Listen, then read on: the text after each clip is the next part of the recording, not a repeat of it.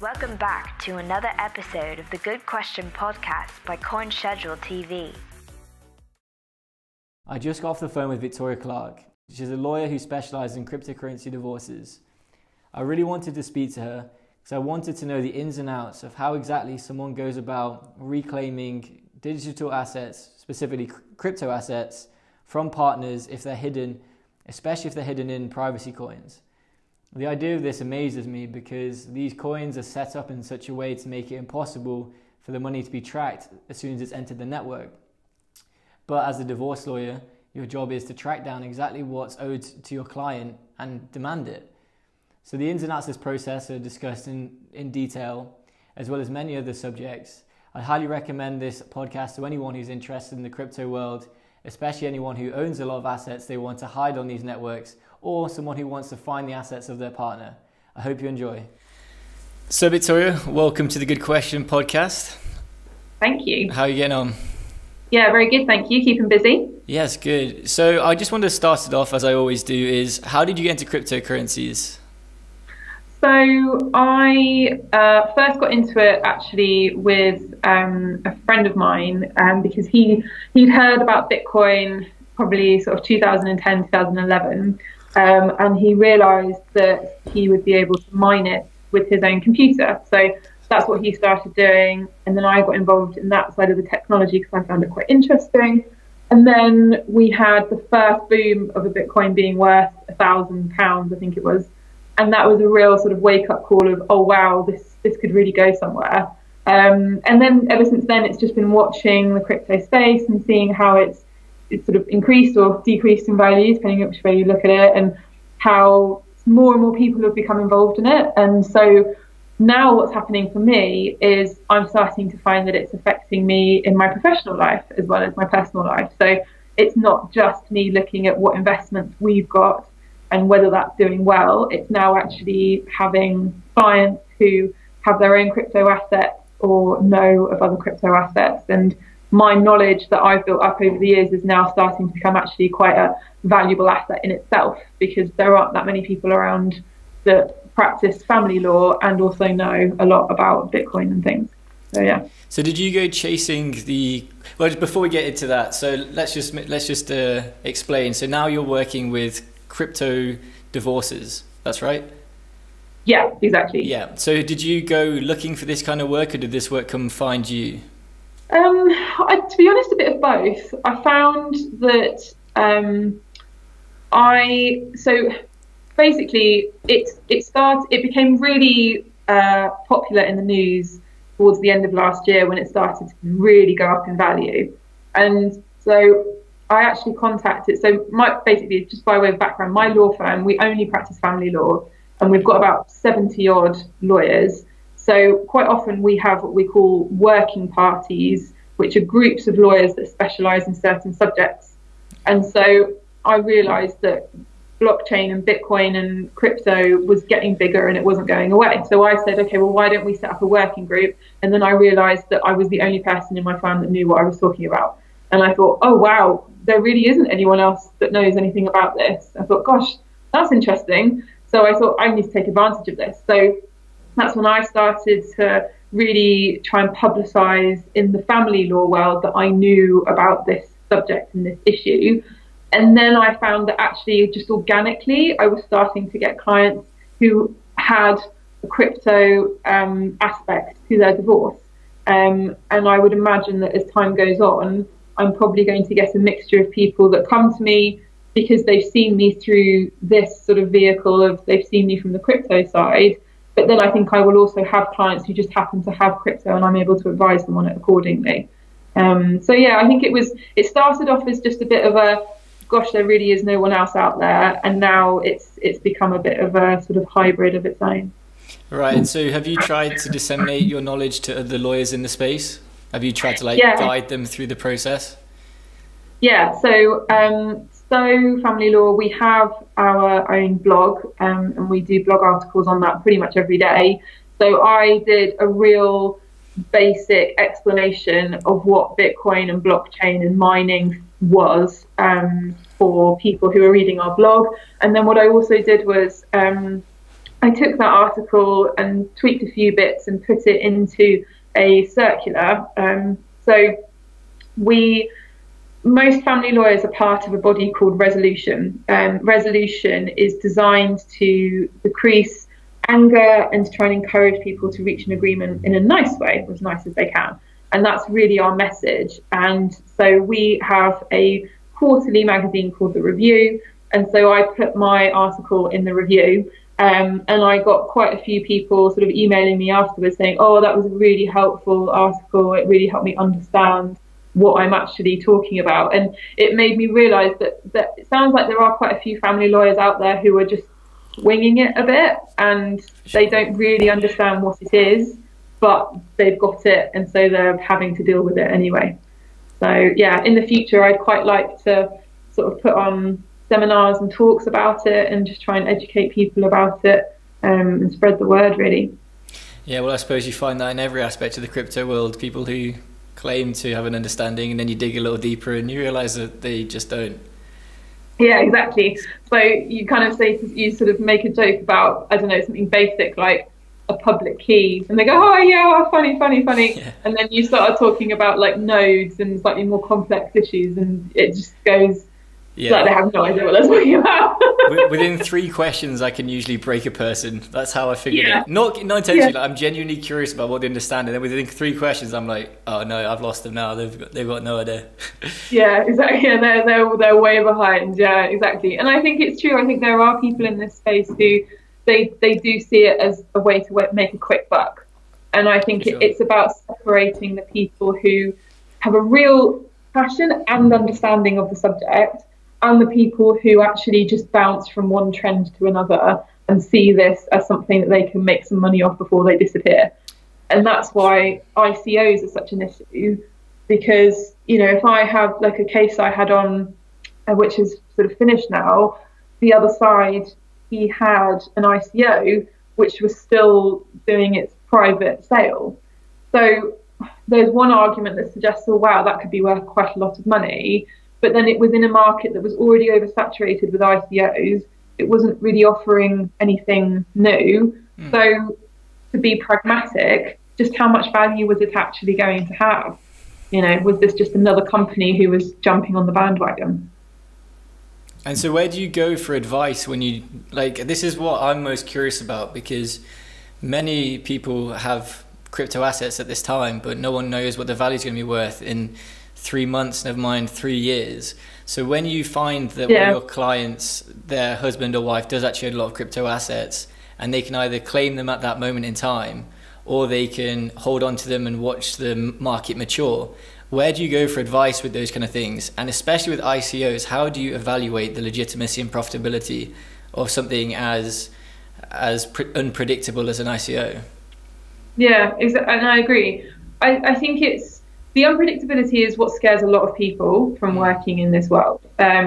So one of the benefits I've had of actually sort of networking in this area with things like the Cryptocurrency Club and other group meetups is actually finding people who do the viability reports and who do the feasibility reports, and not just saying, oh, do you do a viability report? It's actually going, okay, well, how do you do that? How are you going to tell me whether this ICO is successful or not? You know, what algorithms have you created? What are your success cases and things like that? Because actually, we don't really have contacts in that world that can do that for us. You know, I've got between 5 and 10 people I could ask for a viability report on a company, but you ask them to do that on an ICO and you might be talking another language. They've got no idea what you're talking about. So it is now trying to find people in that space that can do that for us.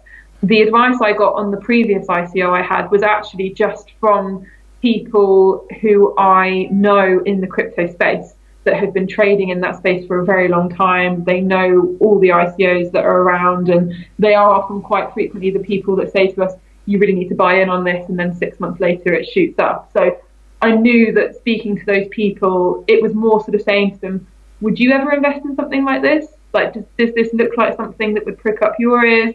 And I knew that when they say to me, oh no, you know, it's a loss leader, it's already an oversaturated market, the reason they're saying that to me is because they've been watching that sort of market for a very long time already.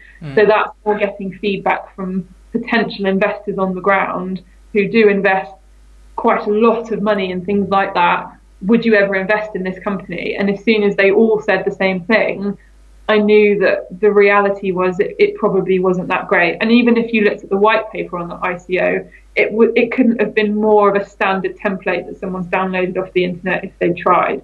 So it's little things like that that give me the sign that this isn't anything special. And again, that's not knowledge that many people are going to have, because they're not going to have those contacts and they're not going to be able to have those discussions with people in that world. But definitely going forward, what I want to have is almost like a collection of experts that when those sorts of things happen again, I can go to those people and get those reports. And actually, in the case we settled it before we had to investigate the ICO any further. If we'd not settled it and we'd gone on to the sort of next hearing, that's when I would have instructed an expert to do a report on it, because we would have had to have submitted evidence to the court to show whether or not it was worth anything. And it was my gut instinct that it was worth nothing, which meant that I wanted to settle it rather than take it any further. And how did your gut instinct fare over time? Were you right? I think I was, because it's a long story, but we told him in a roundabout way that we knew about it, and that if he didn't settle on what we wanted, everyone was going to know about it. So he hadn't disclosed it the way he should have done. We still found it, but we told him, look, we're going to investigate this further unless you settle on these terms, and he settled on those terms. Now, just because I don't think it's going to be successful doesn't mean he doesn't think it's going to be successful. So I have no doubt that in his mind, that ICO is going to make him into a multimillionaire. But because I know people who trade and work in that market, I would trust those people's advice over the person who's trying to push the ICO in the first place. And who do you mean when you say you'll tell everyone about it? Do you mean like the regulators? As in the court. So basically, the document that we gave to them to say we know about this ICO, it was what we call like a closed document. So it wasn't in the court arena. So what would have happened was we would have alerted the court to his failure to provide disclosure. It would have become an open issue, and it would have had to have been something that was fully investigated before we could reach any sort of agreement. So I suppose it's not telling like everyone because it's a confidential case. It means just sort of making sure that it becomes open knowledge within the case, so that it's something that he can't ignore. And it would have been something that we would have had to have picked apart to really clarify just what was happening. Because arguably, even if in the long term the ICO would not have been worth a great deal of money, I have no doubt that private coin sale probably did realise quite a bit of money. Yes. Because people would have been buying in for the initial coin. It's the longevity of that coin that makes me nervous. I think it would have been a classic case of pump and dump. I think it would have been private sale for quite a lot, make it public sale, not really sell a lot because the hype isn't there, and then they'd give up and they'd just dump it, and it would be worthless. Can I ask when this happened? Was this post boom? Like, was this midway through the year? Like, what kind of midway through the year? Okay. I'd say Bitcoin was probably worth about 7,500 when this was all happening. So it's gone down even since then. I don't know what kind of token it was, what kind of coin it was. It could have been pegged. I don't know. There was barely any information on it at the time, but I think it was more just the concept was something that people were doing with blockchain technology about 3 or 4 years ago. So it's difficult to go into detail because it's a confidential case, but put it this way, the type of problem it was trying to solve had already been solved 10 times over. So they weren't doing anything new. Right. And I'm just wondering, what proportion of your total cases are in crypto at the moment? Like, you as a lawyer standing by yourself, like how many, what's the ratio of conventional to crypto? I'd probably say 1 in 10. Really? Okay. Yeah, it's not a huge amount. I've probably had, in fact, it may even be less than that. I would say I've had 3 to 5 crypto cases in the last year. I would say. And if you think you constantly have between 20 and 40 cases at any time, but they're always closing and opening as a constant process. So I may have had 3 cases on at the same time that had crypto, and at the moment I don't think I've got any. But there are, I have got a case on at the moment where the person on the other side, she has said that she has set up a company that works with blockchain investors. So that's now more moving into the blockchain world rather than them actually having crypto assets. But what I have said to my client is, if they are working in the blockchain world, I wouldn't be surprised if they do have crypto assets as well. Yeah. So it gives you that little flag to actually investigate that issue further. Well, that actually brings me on to the main question that I want to theme this podcast by, which is, how do crypto divorce lawyers track, trace, and value hidden digital assets? And by hidden digital assets, I mean, obviously you have like pseudo anonymity with the Bitcoin blockchain, but if you look more to like Zcash and Monero and all these privacy coins, how can you possibly track all of this value exchange through these various blockchain networks? How does that happen? So I think that sort of scenario is almost identical to a situation where someone could transfer money out of the UK into an offshore trust or bank account or, a Panama company, those sorts of things. And usually in those situations, it's more about perseverance and just working your way through the chain of transactions to get to the final spot where that asset actually lies. The difficulty with that exercise, it is long and it is expensive. So what you tend to find is that the person who wants to get to the end of that chain can't afford to do so. So they give up and they walk away and they realise that there isn't anything else they can do. Now, what you tend to find in those situations, and those are like really severe situations, I'm talking about, moving a significant amount of money into a vehicle that becomes untraceable and untouchable.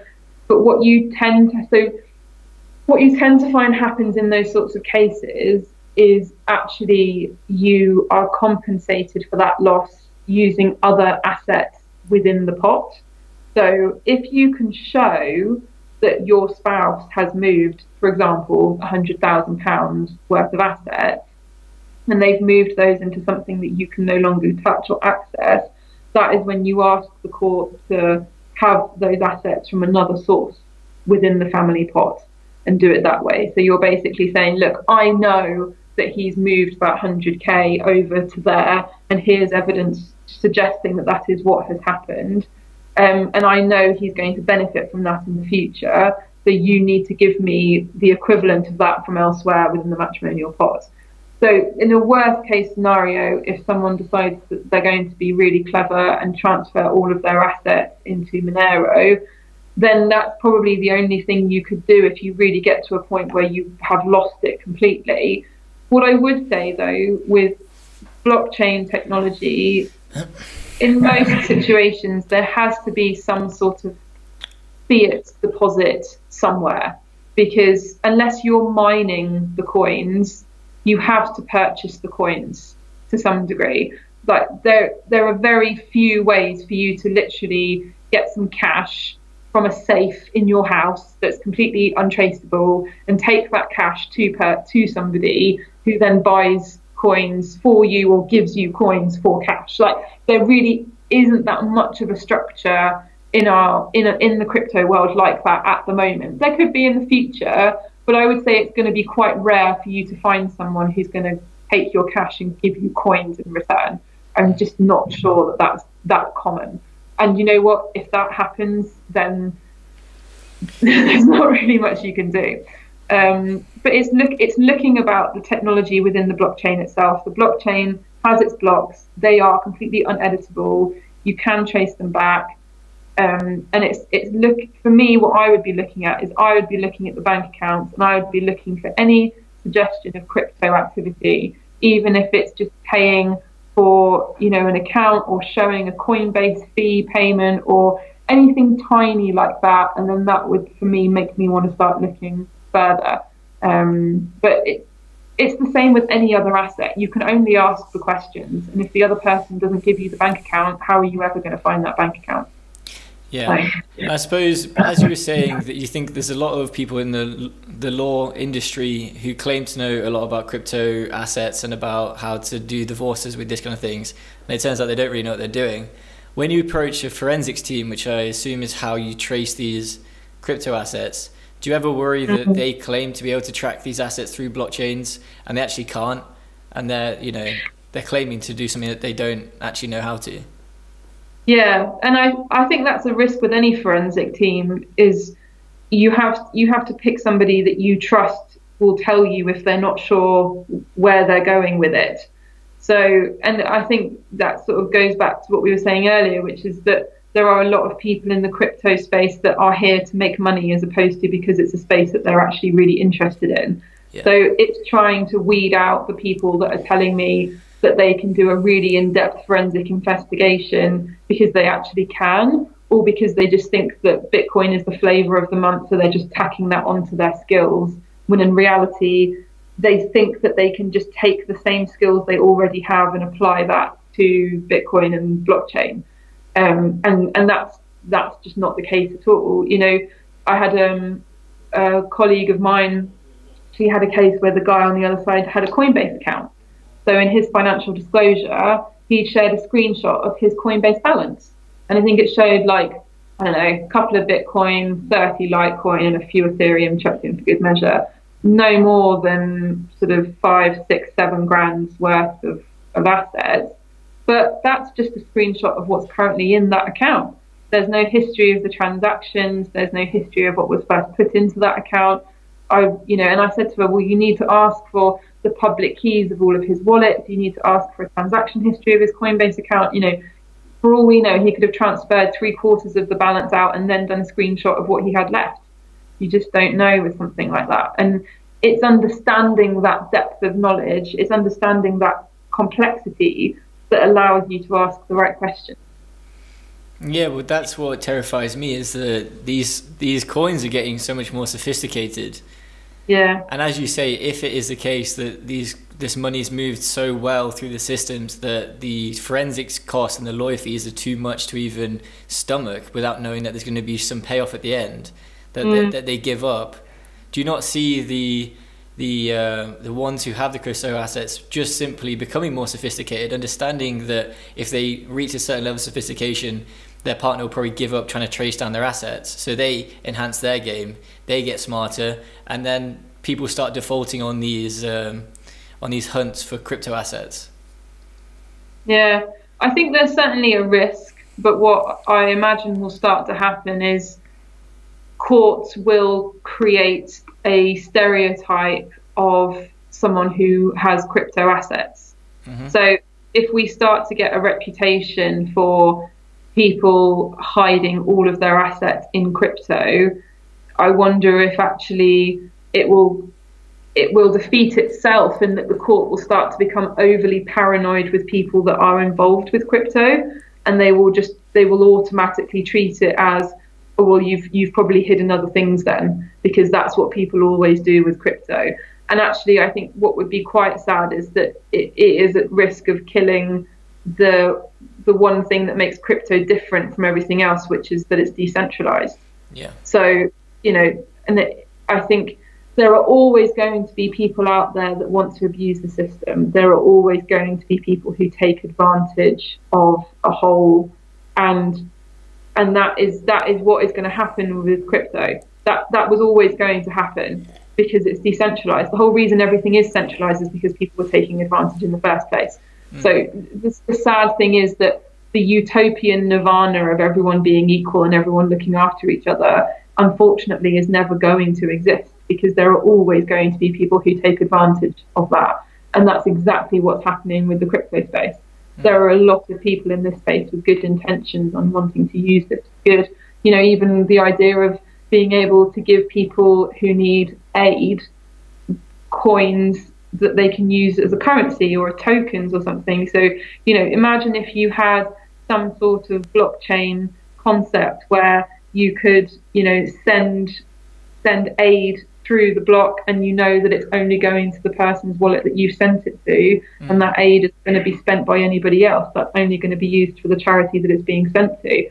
That sort of concept is what blockchain technology is supposed to be about, taking control away from the people who abuse their power. But people are going to manipulate that. That's unavoidable. The only thing you can do is just be aware of it as early as possible. There are things that you can do if you are concerned that people are dissipating their assets. You can get things like a freezing order, for example, where you literally freeze every single asset that person has. Now, if you freeze every asset somebody has and they're still able to pay their rent and feed themselves and go about their day, you then start to wonder how they're affording that. Yes. So they can afford it despite the fact you've frozen everything. That suggests they've got access to something that you haven't frozen yet. And then that's when you get an indication that there might be something else there that they haven't declared. And you think that's going to become more commonplace? Like that kind of I don't action? think it will. I don't think so. I don't think it will be more common. I think it's just a different way of people doing what they've been doing for decades. Yeah, for sure. The issue of fraud and the issue of hiding assets has always been an issue in our world. It's always been a problem, and we've always had clients where we could spend hundreds of thousands of pounds trying to find the assets that people have hidden. And just the other day I met someone, her whole job is traveling to places like the British Virgin Islands and literally going to the court office and demanding company paperwork, because people are setting up companies and BVI to try and hide their assets because they're going through a divorce. So, just because people are looking at maybe using crypto to do that, that's not because it's suddenly a new idea. It's just a new way to do what people were always going to do anyway. And at least if you understand how that world works, you can limit the damage as much as possible. I was just curious, do you ever get approached by a government agency if you've been looking into someone, if you've hired a forensics team to do an investigation and you come across some hidden assets that are offshore or they're in Monero or Zcash? Do you ever get any agencies, like tax avoidance agencies, coming to you, HM Customs, saying, can you pass over that information because we want to hold them liable to any taxes that they've dodged?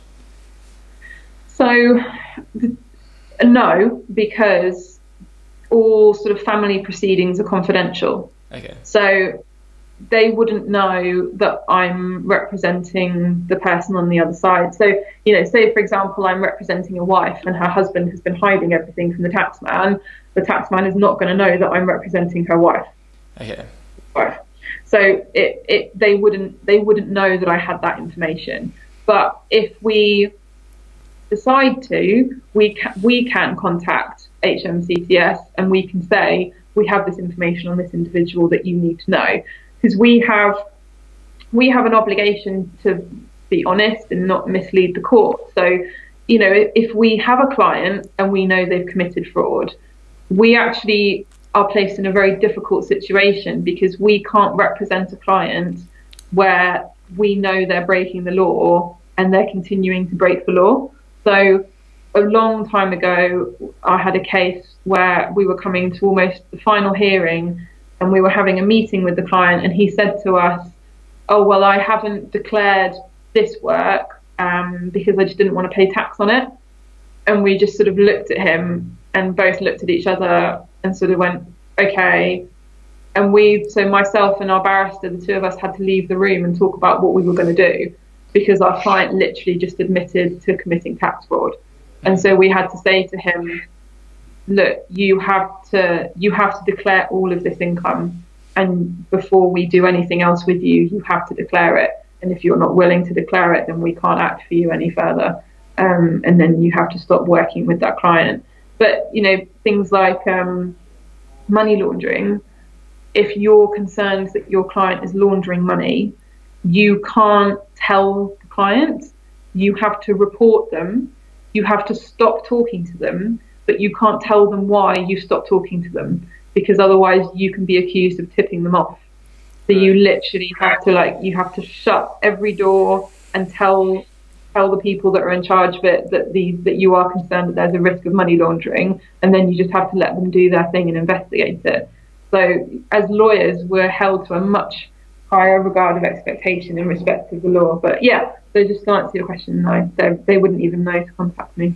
Okay, I was just wondering if I could ask you some questions on the tax of all of these assets. Yeah. So I was just wondering, like, if you stumbled across a person's hidden digital assets worth 100 Bitcoin, and obviously logically the partner who's breaking away gets 50 of those Bitcoin if you're splitting 50-50. If they send that Bitcoin to their partner on the blockchain and it's not liquidated or it's not used, does that then get taxed, or is it only taxed once it's crossed over to fiat or crossed into some kind of value exchange? So the honest answer is nobody knows. There was some tax guidance from HMRC, HMCCS is court. HMRC released some guidance in 2014, which essentially said, well, it could be treated this way or it could be treated that way, but we don't really know how it's going to be treated, and we'll update this in due course.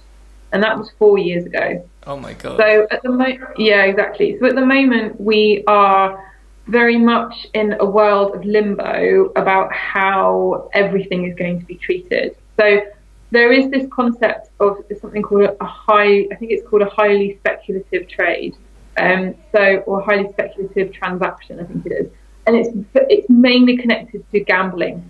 So when you bet on a horse, if you win big, you don't pay tax on it, because the argument is that, well, it was a really high risk decision and you may have lost it all, so because you've won, you get to keep it all. So there is a school of thought that HMRC will treat trading crypto assets as a highly speculative transaction because the market is so volatile, and therefore any gains you make on it is just because you've played the market well. So that's one possibility of how it's going to be treated. I think that's possibly what everyone hopes, but is the least likely because it doesn't make the government any money. The second option is that there will be a tax on the drawdown. So if you trade crypto and you sell out, so you draw down some fiat, it could be potentially liable for what's called capital gains tax. So what they do is they look at how much you bought the coin for, how much you sold the coin for, the difference between the two, and then that difference is what is then charged as your tax. So depending on how much income you receive per year, that will determine the percentage of the amount of gain that you actually pay in tax. And there's lots of other things, like you have an annual allowance and stuff, but I won't bore you by going into that now. So there is a school of thought that the capital gains tax, the CGT, will only be payable once you actually cash in the coin and draw down the money. That is the theory. However, if you have a situation like I do, where we've never actually bought a single coin with our own money because we've only ever mined coins, and then as we've mined coins, we've used those to buy other altcoins, etc. So it's all stayed on the trading platform. There's never been an initial purchase. So how do you calculate the gain? Because you don't have, well, here's purchase A and here's sale price B. Oh, okay, here's the difference, nice and easy. Where's the initial figure to determine what our gain is? So that's a problem, because I know we're not the only people that have done that in this world by any means. So that's one question that is unanswered. So other people think you may be taxed on every single transaction you do. So every single time you sell a coin or buy a coin, that's going to actually have a capital gains tax on that trade in itself. Now, my belief is that that is going to be too much of an administrative headache for HMRC to actually even want to deal with. And because I don't know how it works, but I would be interested to look at day traders and how they are taxed, because they will trade on the stock, but they will trade stock day in, day out constantly, but they're not going to be paying tax on every single one of those trades. So I'd be interested to see how their work is treated, because I think that might be quite a similar structure to how HMRC look at traders in the crypto space. So that's one thing to be conscious of. So those are kind of the three schools of thought of what could potentially happen. And I think it's going to take a bit of time for us to get some sort of clarification from HMRC. One of the things a lot of tax advisors have said to me is that whilst HMRC really want to benefit from all of the gains, they're really worried about all of the losses, because with CGT, if you suffer a very big loss on one asset that you sell, but you suffer a very big gain on another asset, you can actually set the loss off against the gain within your tax year. So what HMRC are worried about is that someone will buy a crypto coin at a very inflated level, knowing it's going to crash, because then they'll use that loss, set that against something they know that they need to dispose of in that financial year, which is going to incur a significant gain. So they could use the crypto space tactically to get a massive loss, to then set that loss off against the gain elsewhere. And that's what HMRC are really worried about, because if they're going to benefit from the gains, they've got to be responsible for the losses. And I think they're a bit worried about being responsible for those losses. So if that's true, we could be looking more at the highly speculative concept. But nobody really knows, to be honest. But then the people who are now, for example, withdrawing money from the system, which laws do they abide by if the laws are so unclear, and can they be held accountable if they make the wrong judgment because it's so unclear? To be honest, from my point of view, if the tax is going to become chargeable, there is a risk that it's going to be retrospective. Okay. So there is a risk that HMRC are going to say, okay, you now are taxed on these activities. If you've undertaken these activities in the last 5 years, you're going to be getting a tax bill and a payment plan of how you're going to pay off your tax.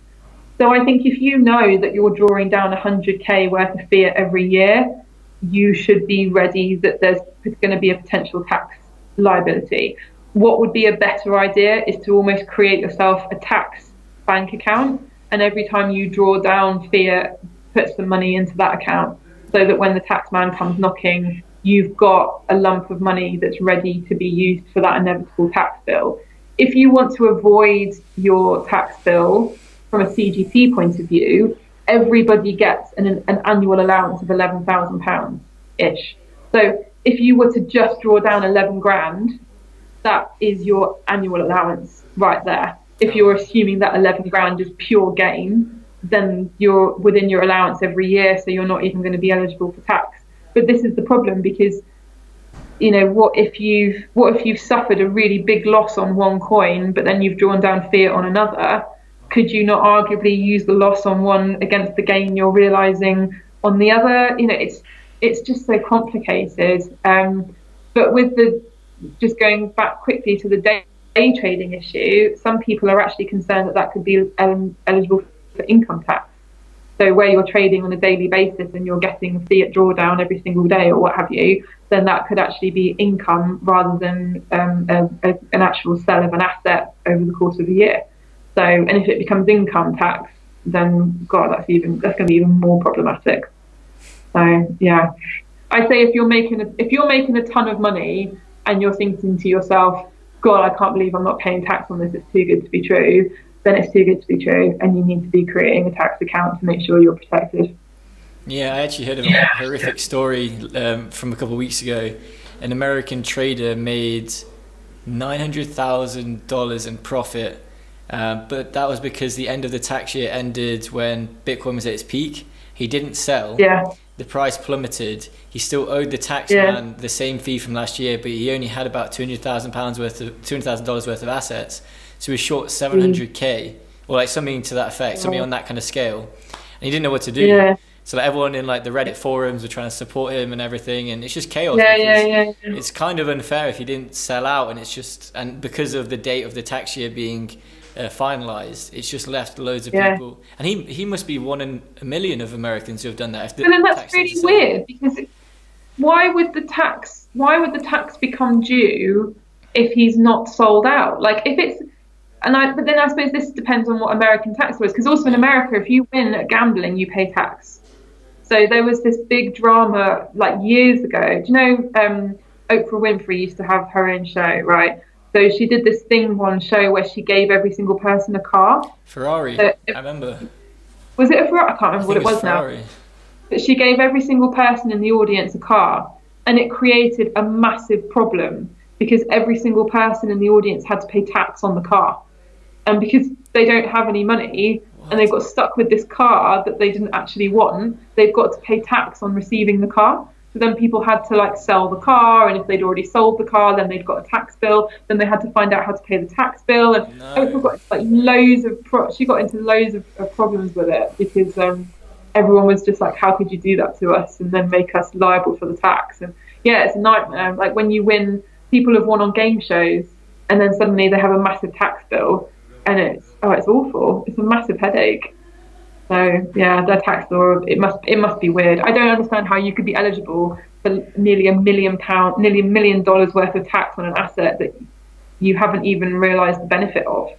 Because if it goes down in value, why can't you set the loss against that? That seems very strange. Strange, I know. But something that I was curious about is we've spoken a lot about sharing the profits from crypto asset investing. What about sharing the losses?